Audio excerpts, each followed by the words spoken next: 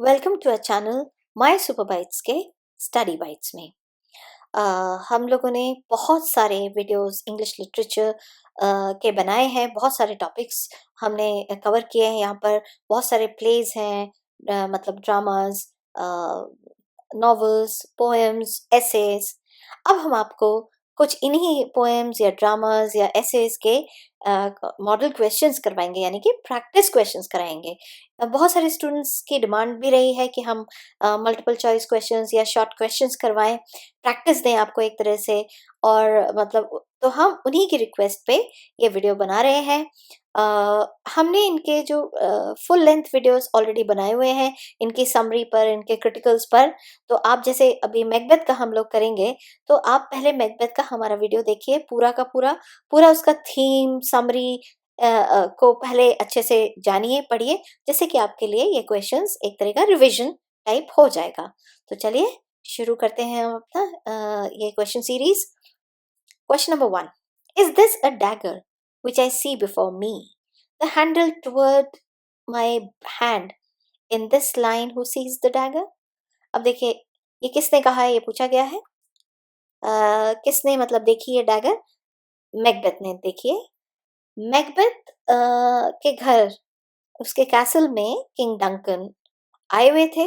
वो overnight stay करा था क्योंकि मैकबेथ ने अपनी बहादुरी का परिचय दिया था, और उसको अपने जो उसकी जो पोजीशन थी उसमें उसको रेज में, मतलब उसको किंग डंकन ने रिवॉर्ड देकर उसको दो जगह का थाने बना दिया था, थाने ऑफ ग्लैमिस, थाने ऑफ काउडोर। तो उसकी एम्बिशन ज्यादा बढ़ गई, और उसने और लेडी मैकबेथ ने सोचा कि किंग डंकन को मार के किंग ऑफ स्कॉटलैंड बना जाए। तो पहले तो वो झिझकता है, तो जब वो झिझक रहा है तब उसको एक डैगर, खंजर टाइप जो है वो उसको दिखाई देता है, जिसका हैंडल उसकी तरफ है, यानी कि ये एक तरह से उसको डैगर मोटिवेट कर रहा है मर्डर के लिए। Question number 2, who inherits the throne after Duncan's death in the play? Duncan की डेथ के बाद किसने कौन राजा बना? मैकबेथ, क्योंकि मैकबेथ ने ही डंकन को मारा था। Question number 3, where is Macbeth's castle located? इसका कैसल कहाँ पे है? तो एक सिटी है स्कॉटलैंड में, उसका नाम है Inverness. Question number 4, yet do I fear thy nature, it is too full, oh the milk of human kindness, to catch the nearest way. These lines have been spoken by, किसने बोली है ये? Lady Macbeth ने बोली है Macbeth को। उसने ये बोला है कि तुम्हारे अंदर दया का भाव ज्यादा है, जिसको बोला गया मिल्क ऑफ ह्यूमन काइंडनेस। क्योंकि देखिए, जब इन लोगों ने प्लान किया था तो डंकन को मारने का, क्योंकि उनकी जो एम्बिशन है वो ओवर एम्बिशन हो गई थी, मतलब बहुत ज्यादा तीव्र हो गई थी कि वो डंकन को मारने के लिए भी तैयार हो गए थे। लेडी मैकबेथ ने ही उकसाया था मैकबेथ को मारने के लिए। तो उसे लगा कि ये जो मैकबेथ है, ये इसमें थोड़ी सी सिंपैथी, थोड़ी काइंडनेस ज्यादा है, तब ये लाइनें उसने मैकबेथ के लिए बोली है। Question number 6, according to the witches prophecies who will inherit the Scottish throne? देखिए, इसमें 3 विचेस हैं, वहीं से शुरू होता है ये प्ले। और तीनों ही जब बैंको और मैकबेथ लौट रहे हैं अपनी मतलब विक्टोरियस होकर, तो विचेस कुछ प्रोफेसी करती हैं, भविष्यवाणी करती हैं। तो उन इस इधर पूछा गया है कि स्कॉटिश थ्रोन पर कौन बैठेगा आफ्टर मैकबेथ? तो उन्होंने कहा है बैंको के बच्चे। मतलब ये एक तरह से प्रोफेसी थी, स्कॉटिश थ्रोन को ऑक्यूपाई कौन करेगा आफ्टर मैकबेथ? बैंको के चिल्ड्रन। आंसर ये है। Question number 7, who was the porter in the play? तो यहाँ पर एक drunken doorman of Macbeth's castle porter था। Question number 8, what was the name of Malcolm's younger brother? देखिए, किंग डंकन के 2 बेटे थे, बड़े वाले का नाम था मेल्कन और दूसरे का, छोटे वाले का नाम था डोनल बेन। तो आपको ये याद रखना है कि दोनों ही किंग डंकन के सन्स थे। Question number 9, what is the name of the goddess of witchcraft? तो यहाँ गॉडेस जिसकी पूजा करती हैं तीनों विचेस, उसका नाम है Hecate, Hecate, Hecate. Question number 10, what did witches tell Banquo about his future? Witches ने क्या प्रोफेसी करी बैंको के लिए?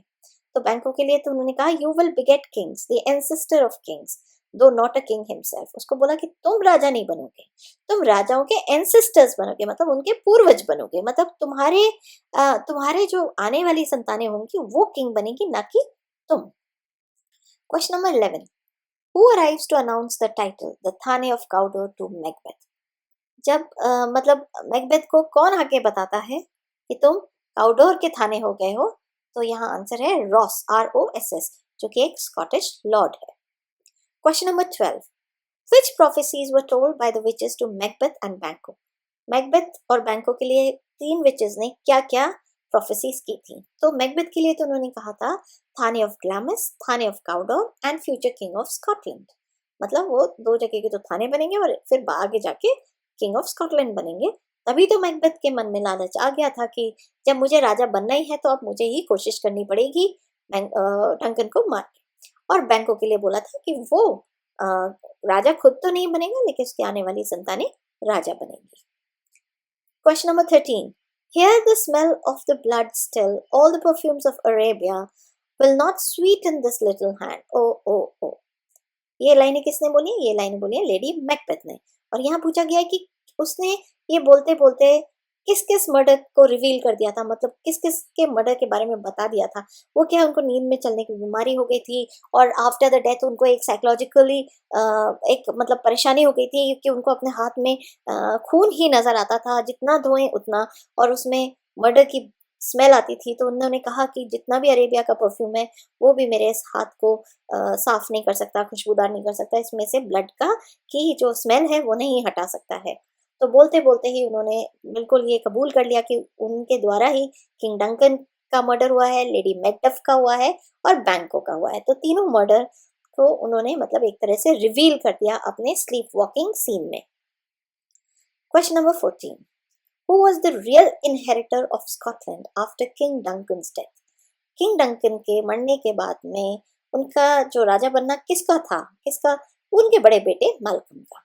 लेकिन हुआ क्या, उनके बाद मैल्कम को तो भागना पड़ा और मैकबेथ राजा बने। क्वेश्चन नंबर 15, फेयरवेल टू बैंको, गॉड बी विद यू, किसने बोला है? ये भी मैकबेथ ने बोला है जब उन्होंने ऑर्डर किया था कि बैंको और उसके बेटे को, मतलब उन्होंने ऑर्डर कर दिया था मरवाने का, क्योंकि उनको डर हो गया था कि उनके बाद उसके बच्चे जो भी लड़के वड़के होंगे वो ही राजा बनेंगे, ऐसा विचेस ने कहा है। तो वो उनको अपने रास्ते से हटाने के लिए मैकबेथ ने बैंको का भी मर्डर करा दिया और उसके बेटों का भी। कोशिश करी लेकिन बेटों का होता नहीं है, बेटे का होता नहीं है, बेटा भाग जाता है वहां से, बेटा बच निकलता है, बैंको का ही होता है। Question number 16, stars hide your fires, let not light see my black and deep desires. In this line Macbeth talks about what? देखिए उसके अंदर एक अजीब सी डिजायर आ रही है डंकन को मारने की। तो आप मान के चलो कि नेचुरली एक जो भी इंसान है उसको पता है कि ये गलत है, ये सही है, तो वो कह रहा है कि स्टार्स अपना फेस छुपा लो और मेरी ये ब्लैक और डीप डिजायर्स कोई ना देख पाए, कोई ना समझ पाए। वो क्या करना चाह रहे हैं, मतलब एक तरह से उनकी गिल्ट है ये, वो चाहकर भी मर्डर नहीं करना चाह रहे। मतलब कहते हैं ना कि उनको राजा बनना है, उसके लिए उनको डंकन का मर्डर करना पड़ेगा, लेकिन वो मर्डर भी नहीं करना चाह रहे, मतलब उनके अंदर एक गिल्ट है already. Question number 17, who is Fleance? Fleance is Banquo son, Banquo के बेटे का नाम है Fleance. Question number 18, who makes the prophecies in the play? Of course जो थ्री विचेस हैं वही प्रोफेसीज करती हैं प्ले में। Question number 19, who flees from Scotland immediately after Duncan's death? Duncan के मृत्यु के बाद स्कॉटलैंड से किसको भागना पड़ता है? मैल्कम और डोनाल्ड पेन, जो उनके दोनों पुत्र हैं, सन्स हैं, उनको भागना पड़ता है, क्योंकि अक्सर ऐसा होता है अगर किंग का मर्डर हुआ है तो नॉर्मली उसके संतानें या उसके रिश्तेदार का भी हो सकता है। Question number 20, in the play who seize the ghost of बैंको? बैंको का गोस्ट किसको दिखाई देता है? वो मैकबेथ को दिखाई देता है। मैकबेथ भी को भी थोड़ा गिल्ट के कारण उसका गोस्ट थोड़ा मतलब मेंटली वो अपसेट हो जाता है, क्योंकि बार बार अंदर से उसको ऐसा लगता है कि उसने बहुत बड़े बड़े पाप किए हैं। Question number 21, fair is foul, foul is fair, ये किसने बोला है? ये थ्री विचेस ने बोला है।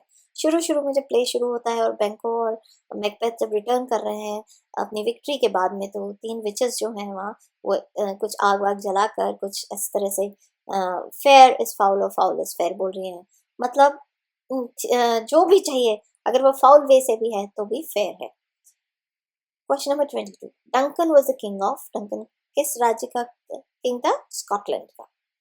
23, the play Macbeth is also known as Scottish play, of course, क्योंकि ये स्कॉटलैंड का प्ले है।